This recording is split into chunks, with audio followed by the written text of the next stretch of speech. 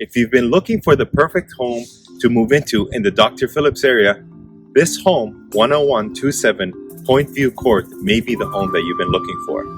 Come in, let's go take a look at this beautiful 4-bedroom, 3-bath, just over 2,200 square feet home.